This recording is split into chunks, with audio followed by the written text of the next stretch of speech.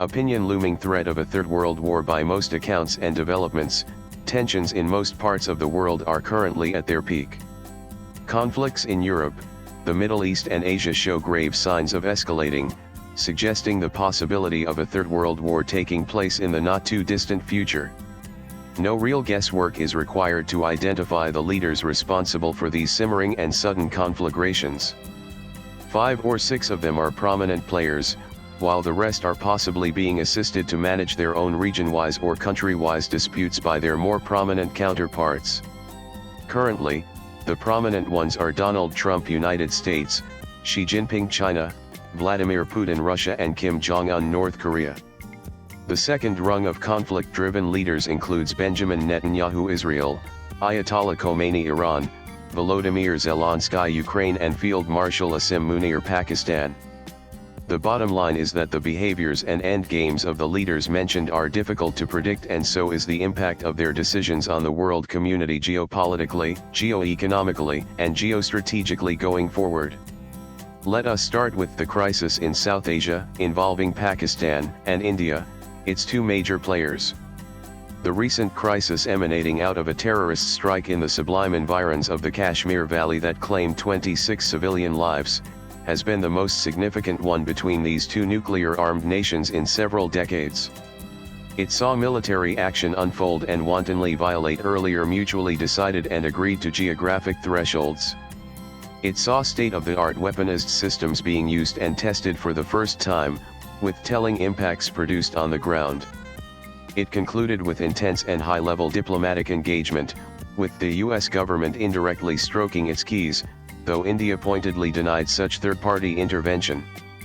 For the first time, we also saw unprecedented levels of misinformation and disinformation being circulated, both at the diplomatic and the military level, in attempting to project and secure home advantage over what actually transpired between Islamabad and New Delhi during May 7 to 10. The 4-day India-Pakistan conflict following the April 22, 2025 terrorist attack in Pahalgam evolved into a very serious military crisis between the 2 rival nuclear states in decades. Several military and political conclusions surfaced during and after the crisis, as for example, India demonstrated her ability to deliver precise standoff attacks across large parts of Pakistan on all 4 days of the conflict, particularly on May 7 and May 10. Pakistan, on the other hand, exposed its air defense vulnerability in the face of an Indian aerial attack. Both sides also made the world aware of how seriously they viewed the threats from the air. Politically and diplomatically, the India-Pakistan interaction, if any, remains crisis-prone, and these only have the potential to escalate in terms of severity over the passage of time. Both sides were successful in calibrating and managing their respective escalatory levels. The crisis in South Asia was costly in terms of loss of human lives and expended or destroyed military equipment. Will those costs prompt them to proceed with care and caution in bilateral ties, out of fears of dangerous spillover effect and impact on the extended region? Only time will tell. The latest confrontation, however, underscores the point that South Asia could be one of the most likely theaters of a long drawn-out war, a nuclear war if you will, even if situation is not immediately imminent. The Russia-Ukraine war is now in its 4th year and is showing no signs of abating anytime soon. The attempts by the Donald Trump-led administration to broker talks and peace between the 2 warring parties don't seem to have taken off, and is being viewed more as an attempt to sideline Europe politically, militarily, and economically, while keeping the conflict in an on-again, off-again mode to secure potential transactional advantages on all 3 fronts. President Trump's attempts to end the war have been in vain thus far, and Washington now appears to sending signals that it may withdraw from the Russia-Ukraine negotiations if there isn't a visible turnaround. China, on the other hand, hypothetically speaking, might use a potential US exit to get involved in Ukraine in one way or another, which could pose a geopolitical, geoeconomic, and geostrategic challenge to both Europe and the US going forward. It is not a scenario the latter 2 will take kindly to. China's almost non-existent reaction to Trump's Russia policy is evidence enough that the current stance of Washington on the war in Ukraine and on Russia benefits Beijing. Outcomes such as a hybrid peace in Ukraine, or a rapid deterioration of transatlantic ties and Europe possibly softening its stance toward China in a bid to gain leverage over Trump, are all possible. The US would like to contain China's expansionist designs through initiatives such as the Belt Road Initiative BRI and the China-Pakistan Economic Corridor, etc.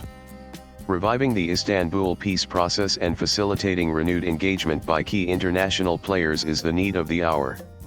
Yet major questions persist, such as: can Ukraine's audacious strikes on Russia shift the war's trajectory? How long can Ukraine sustain and endure the prolonged conflict?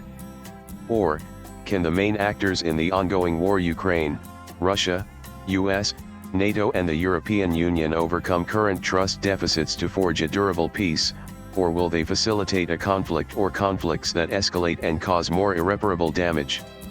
Then there is the China-US-Taiwan standoff, which has the potential of escalating into a full-blown war.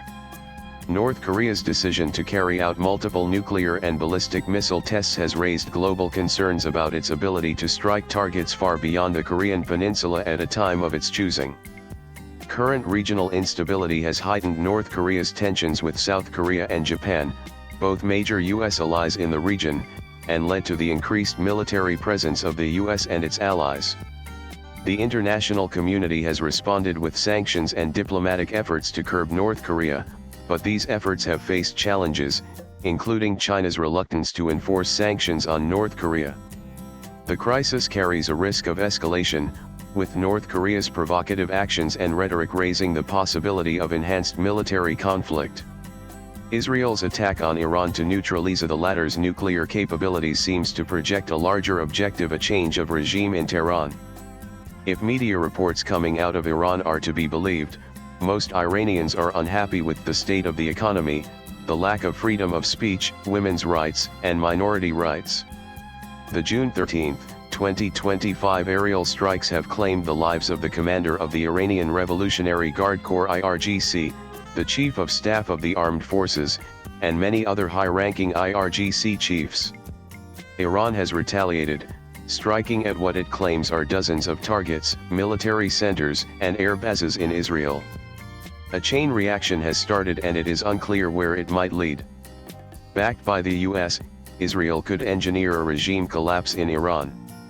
This could mean a population of 90 million descending into chaos, and if that were to happen, the impact on the rest of the Middle East would be massive. The exiled opposition Mujahideen-e-Khalq, which supports the overthrow of the Islamic Republic of Iran, is getting increasingly active, as is the exiled Iranian Crown Prince Reza Pahlavi. There are other political forces as well, from those who want to establish a secular democracy to those who seek a parliamentary monarchy and so on. What would Iran's endgame be, as it does not have many? The US is keen that Tehran restart negotiations for peace and de-escalation, which the latter currently views as a very tough choice to make, given that it would suggest surrender and defeat. Carrying out attacks against Israel suits it, but then it could invite further attacks by Israel. Iran would shy away from taking on the US in a conflict. The doomsday clock is ticking. Most of the countries at the center of various conflicts around the globe have nuclear weapons potential. There is a clear and present danger of these conflicts spilling over and crossing their respective boundaries, and escalating to parts of the world that are presently at peace. The negative fallout of artificial intelligence and climate change also have the potential to scale up the global conflict scenario to a point of no return. Swipe left for next video. However, we must remember that an escalatory war of any kind, if undertaken, needs to have public support and backing, and that is far from a given. The author is editor Brighter Kashmir, author, TV commentator, political analyst, and columnist. Views expressed in the above piece are personal and solely those of the author. They do not necessarily reflect News 18's views. Latest blogs.